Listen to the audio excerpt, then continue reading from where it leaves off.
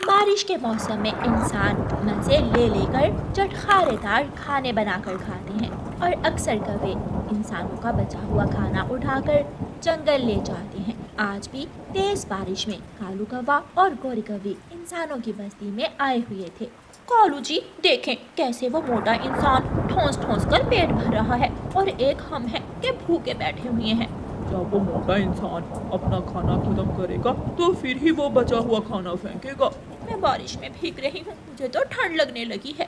वो मोटा इंसान पेट भरकर खाना खाता है और जो खाना बच जाता है वो गंदे पानी के नाले में फेंक देता है। ले खा ले गोरी, उस मोटे ने तो बचा हुआ खाना गंदे पानी में फेंक दिया है। मुझे तो पहले ही ऐसा लग रहा था, ये मोटा पागल इंसान हमें क्या देगा खाने को। चलो अब हम कहीं और जाते हैं। कौवा और कौवी उड़ते हैं और किसान इंसान के घर की छत पर जाकर बैठ जाते हैं। एक छपरे के नीचे किसान अपनी पत्नी के साथ बैठा हुआ खाना खा रहा था और बारिश के ठंडे मौसम का आनंद ले रहा था। कालू वहाँ जाते हैं किसान के पास, उस नीम के पेड़ पर। कौवा और कौवी उड़ते हैं और किसान के पास नीम के पेड़ पर जाकर बैठ जाते हैं। किसान खाना खा लेता है और किसान की पत्नी बर्तन धोने जाती है। रुको रुको भाग्यवान, जो चावल के दाने प्लेट में बचे हुए हैं वो घर की छत पर फेंक दो, कोई बिल्ली या कौवा खा लेगा। मैं भूल गई, मैं तो हर रोज बचा हुआ खाना घर की छत पर ही फेंकती हूँ। ऐसे कहते हुए किसान की पत्नी बचा हुआ खाना घर की छत पर फेंक देती है। भूखे कौवे तुरंत उड़ते हैं और खाने पर टूट पड़ते हैं। कौवा और कौवी पेट भर खाना खाते हैं। अब जाकर कहीं सुकून मिला, पेट की आग बुझ गई। 2 दाने अपने जग्गू बेटे के लिए उठाओ और घर चले। कौवा और कौवी कुछ चावलों के दाने अपने बेटे जग्गू कौवे के लिए लेते हैं और वहाँ से उड़ते हैं। तोते भैया, ये बारिश तो शाम से पहले रुकने वाली नहीं है, चलें हम भी आज कौवों के पीछे ही जाते हैं। लेकिन कौवे तो इंसानों की बस्ती में गए हैं, मुझे तो इंसानों से बहुत डर लगता है। हम छुप कर बैठ जाएंगे। इंसान ने देख लिया तो मुझे पकड़कर पिंजरे में कैद कर लेगा और तुम्हारा शोरबा बना लेगा। तोता और चिड़िया बात कर ही रहे थे कि कौवे वहाँ आ जाते हैं। कौवे भैया, हम भूखे हैं, बच्चे भी भूखे हैं, क्या आपको कहीं से दाना पानी मिला? हाँ चिड़िया, हम दोनों तो पेट भरकर चावल खाकर आए हैं और अपने जग्गू बेटे के लिए भी ले आए हैं। कौवे कौवे, हमें भी बता दो चावल कहाँ से मिलेंगे? किसान के घर की छत पर किसान ने बचा हुआ खाना फेंका था, हमने वहाँ से चावल उठा लिए थे। अभी कुछ दाने और भी पड़े थे, आप दोनों वहाँ से जाकर ले सकते हो। तोता और चिड़िया जल्दी से इंसानों की बस्ती की तरफ उड़ते हैं। लेकिन जब वो दोनों किसान के घर की छत पर पहुंचते हैं तो वहाँ जो दाने थे वो 2 कौवे उठाकर भाग जाते हैं। ये दाने भी कौवे उठाकर ले गए, अब तो भूखे ही रहना होगा। तोते भैया, अब हमें किसी और इंसान के घर जाना होगा। तोता और चिड़िया उड़ते हैं। एक बारिश, दूसरी भूख। चिड़िया और तोते के लिए तो अब उड़ना भी मुश्किल हो गया था। तोता तोता, मुझे तोता नैना है, मुझे पिट्टू तोता नैना है। शिकारी इंसान का बच्चा तोते की तरफ उंगली करके ऐसे कहता है। बेटा, बारिश है, ऐसी बारिश में तोते को पकड़ना है तो मुश्किल, लेकिन मैं कोशिश करता हूँ। शिकारी इंसान जाल उठाता है और साथ ही कुछ दाने चावल और दाने लेकर शिकारी इंसान घर की छत पर चढ़ता है। वो जाल बिछाता है और दाने गिराता है और थोड़ी दूर पेड़ के नीचे जाकर खड़ा हो जाता है। आजा आजा, अब आ भी जा तोते, मैं तेरा इंतजार कर रहा हूँ। चिड़िया और तोता वहाँ के चक्कर लगा रहे थे। तोते को दाना दिख जाता है। चिड़िया और तोता शिकारी इंसान के घर की छत पर उतरते हैं। थोड़ा और आगे आजा, फिर खींचता हूँ रस्सी। तोते भैया, बच्चों के लिए भी हम यहाँ से ही दाना ले जाते हैं, क्या पता और दाना ना मिले। तोता ज्यादा दाने खाने थोड़ा और आगे जाता है तो शिकारी रस्सी खींच लेता है।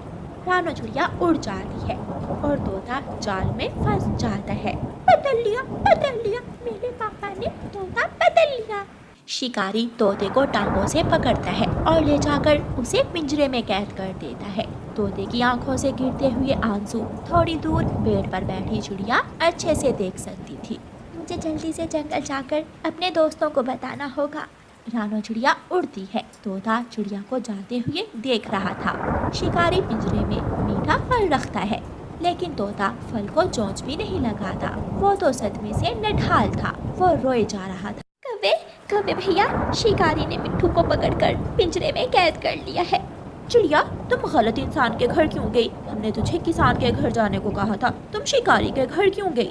गोरी, वहाँ दाना नहीं था। मैं और तोता उड़ते उड़ते उस शिकारी इंसान के घर तक पहुँच गए। अब हमें कुछ करना होगा।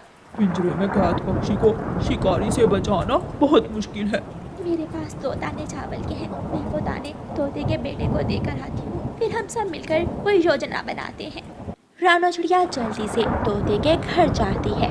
बेटा मिट्ठू, ये लो, ये दाना खा लो। लेकिन मेरे पापा कहाँ हैं? मैं दाना पापा के साथ खाऊंगा।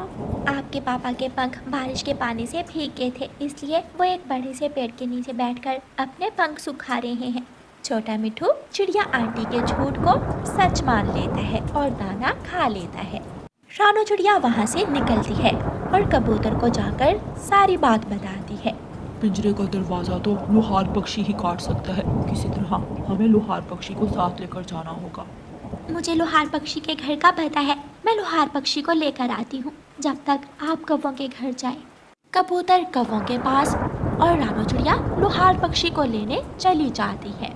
लोहार पक्षी घर के अंदर ही बैठा हुआ था। वो सूखी लकड़ी कुल्हाड़े से काट रहा था। चाचा लोहार, जल्दी चले मेरे साथ, हमें मिट्ठू तोते की जान बचानी है। मैं थोड़ा और आरी उठा लूं, पिंजरा काटने में मदद मिलेगी। चिंता ना करो रानो चिड़िया, अगर मुझे 1 मिनट का समय भी मिल गया तो मैं पिंजरा काट कर मिट्ठू को बाहर निकाल लूंगा। चिड़िया, कबूतर, कौवे और लोहार पक्षी सब उड़ते हैं। वो शिकारी के घर से थोड़ी दूर एक पेड़ पर जाकर बैठ जाते हैं। कौवे भैया, पता है ना आपको क्या करना है? हाँ, मैं अपना काम अच्छी तरह करूँगा। सब मिलकर काम करेंगे। कौवा उड़ता है और शिकारी के आंगन में पड़े 2 कांच के गिलास और कांच का जग गिरा देता है। गिलास और जग टूट जाते हैं। छी छी, गंदे कौवे, तू जानता नहीं मैं शिकारी हूँ। नीचे से गौरी कभी जाती है और शिकारी के छपरे के नीचे पड़ी हंडिया गिरा देती है। शिकारी भागता है, वो डंडा उठाता है और गोरी और कालू के पीछे भागता है। लोहार पक्षी को समय मिल जाता है। वो जल्दी से जाता है और पिंजरे की एक तार काट देता है। मिट्ठू तोता तुरंत पिंजरे से बाहर निकल आता है और वो सब दोस्त पक्षी जंगल की तरफ निकल जाते हैं। पापा, पापा, पिंतला ताली, तोता बात दिया, तोता बात दिया। शिकारी हार जाता है और पक्षी जीत जाते हैं। वो सब सुरक्षित जंगल पहुंच जाते हैं। शुक्रिया मेरे दोस्तों, मेरी जान बचाने के लिए। दूसरे दिन बारिश हो रही थी। पक्षी फिर से इंसानों की बस्ती में थे, लेकिन आज वो सब किसान के घर की छत पर बैठे दाना खा रहे थे, क्योंकि वहाँ उन्हें कोई डर नहीं था। प्यारे दोस्तों, जो खाना बच जाता है उसे नालों में फेंकने की बजाय अपने घर की छत पर फेंक दें। हो सकता है कि कालू, रानो, मिट्ठू और कबूतर के काम आ जाए। और प्यारे दोस्तों, इस कहानी को लाइक, अपने दोस्तों के साथ शेयर और चैनल को सब्सक्राइब करना बिल्कुल मत भूलना। आपका धन्यवाद। आसमान पर गहरे बादल छाए हुए थे। मम्मा चिड़िया अपने घर की खिड़की में से आसमान पर गहरे काले बादल देखकर परेशान हो जाती है। गुड़िया बेटी, आज तो जंगल में कोई बड़ा तूफान आने वाला है। ये सुनकर गुड़िया खुश हो जाती है। मैं बारिश में नहाऊंगी, बहुत गर्मी है। मम्मा, बहुत मज़ा आएगा आज तो। गुड़िया बेटी, हम पक्षियों के लिए बरसात का मौसम तरह तरह की मुसीबतें भी लेकर आता है। घर में खाने को एक दाना भी नहीं है। आप घर में रहो, मैं कुछ खाने को लेकर आती हूँ। मम्मा चिड़िया अपने घर से निकलती है। हवा तेज चल रही थी। मम्मा चिड़िया तोते और कबूतर के पीछे पीछे उड़ती है। तोता और कबूतर घने जंगल में एक पेड़ के नीचे जाकर बैठ जाते हैं। मम्मा चिड़िया भी वहाँ चली जाती है। तोते और कबूतर, मैं भी दाना लेने आई हूँ। क्या आपने दाना ढूंढ लिया है? चिड़िया बहन, हम भी अभी अभी आए हैं। ये चावल के दाने मैं कल देख कर गया था, हम यही लेने आए हैं। इनमें से थोड़ा चावल तुम भी ले जाओ चिड़िया। भोजन आसानी से मिल जाता है। चिड़िया खुशी खुशी कुछ दाने चावलों के लेती है और अपने घर सुरक्षित वापस पहुंच जाती है। वो दोनों माँ बेटी अपना भोजन खाने ही वाली थी कि दरवाजे पर दस्तक होती है। मम्मा चिड़िया दरवाज़ा खोलती है तो सामने एक बूढ़ी पक्षी थी। चिड़िया बेटी, मैं बहुत बूढ़ी हूँ, ऐसे मौसम में दाना लेने नहीं जा सकती। आप मुझे कुछ खाने को दे दें। माँ जी, मेरे पास भी कुछ ही दाने चावल के हैं जो मैं अभी अभी लाई हूँ। मेरी बेटी भी भूखी है और मैंने भी कुछ नहीं खाया।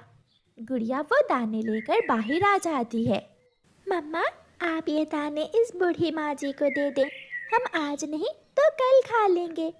चिड़िया वो दाने उस बूढ़ी माँ जी को दे देती है और बूढ़ी माँ जी वो दाने कर वहाँ से चली जाती है। बादल की जोर की गरज के साथ तेज बारिश शुरू हो जाती है और जंगल में सारे पक्षी अपने अपने घरों में छुप जाते हैं। शाम तक मम्मा चिड़िया बारिश के रुकने का इंतजार करती है।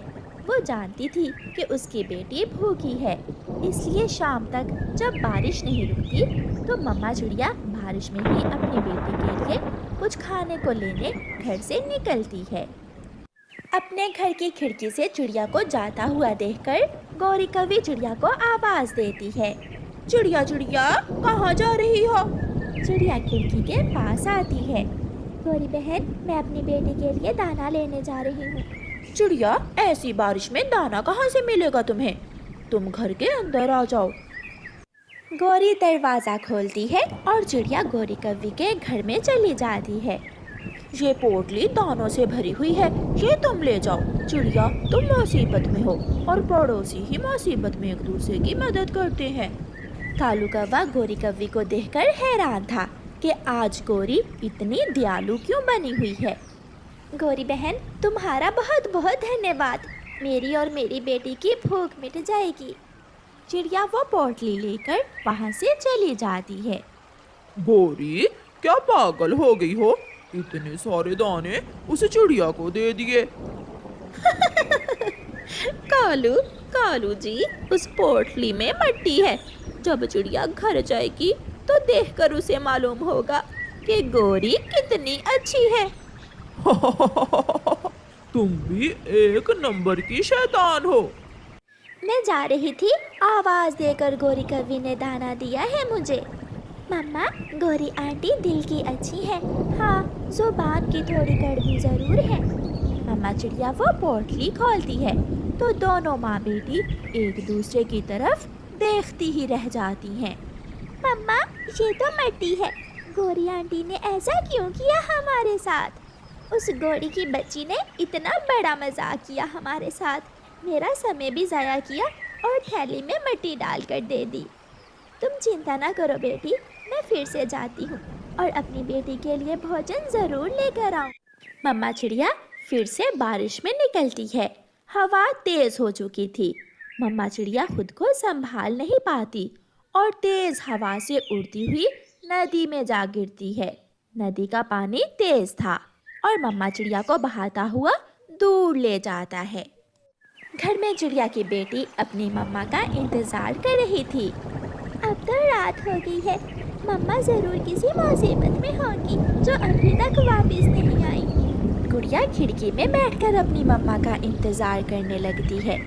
मम्मा चिड़िया पानी में बहती बहती दूसरे जंगल पहुंच जाती है और एक टूटे हुए पेड़ के सहारे मम्मा चिड़िया नदी से बाहर निकलने में कामयाब हो जाती है। ये मैं कहाँ आ गई हूँ? ये तो कोई नया जंगल है। मेरी बेटी अकेली डर रही होगी, रात भी हो गई है। किसी तरह ये रात मुझे इसी जंगल में गुजारनी होगी और फिर कल सुबह मैं अपने जंगल वापस चली जाऊंगी। मम्मा चिड़िया रात गुजारने के लिए एक पेड़ की खोखर में बैठ जाती है। ना माँ चिड़िया सोती है और ना ही उसकी बेटी। दोनों माँ बेटी सारी रात जाग कर गुजारती हैं। सुबह हो जाती है, बारिश भी रुक गई थी। आसमान पर सूरज अपनी रोशनी बखेर रहा था। मम्मा चिड़िया भी उठ जाती है। मम्मा चिड़िया पेड़ की खोखर से बाहर निकलती है। उसे पेड़ की जड़ों के साथ एक चमकता हुआ मटका दिखाई देता है। ये मटका कैसा है? ये ज़रूर कोई अलग मटका होगा।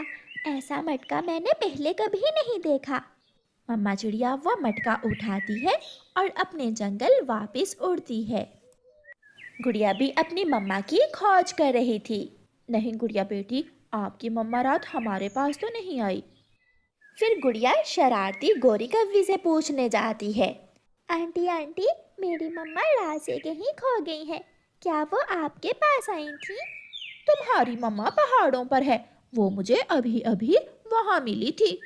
गोरी गुड़िया से झूठ बोलती है और गुड़िया गोरी कव्वी की बात का सच मानकर पहाड़ों पर चली जाती है। रास्ते में गुड़िया की मम्मा भी आ जाती है। वो गुड़िया को देखकर उसे आवाज़ देती है। गुड़िया, गुड़िया बेटी, मैं यहाँ हूँ। गुड़िया अपनी मम्मा को देखकर बहुत खुश होती है। मैं तो तेज़ हवा से नदी में बह गई थी, बहुत मुश्किल से वापस आई हूँ। मम्मा, ये क्या है आपके पास? ये मुझे दूसरे जंगल से मिला था, मैं साथ ले आई। गुड़िया बेटी, मैंने तो रात से कुछ नहीं खाया। चिड़िया के ऐसा कहते ही उस मटके से तरह तरह की खाने की चीजें निकलने लगती हैं। ये जादुई मटका है बेटी, ये तो जादुई मटका है। मम्मा, इतना स्वादिष्ट स्वादिष्ट भोजन, क्या मैं इसे खा सकती हूँ? हाँ बेटी ज़रूर, ये ऊपर वाले ने हमारी मदद की है। मम्मा चिड़िया और उसकी बेटी जादुई मटके से जी भरकर भोजन खाती हैं और फिर वो जादुई मटका लेकर अपने घर चली जाती हैं।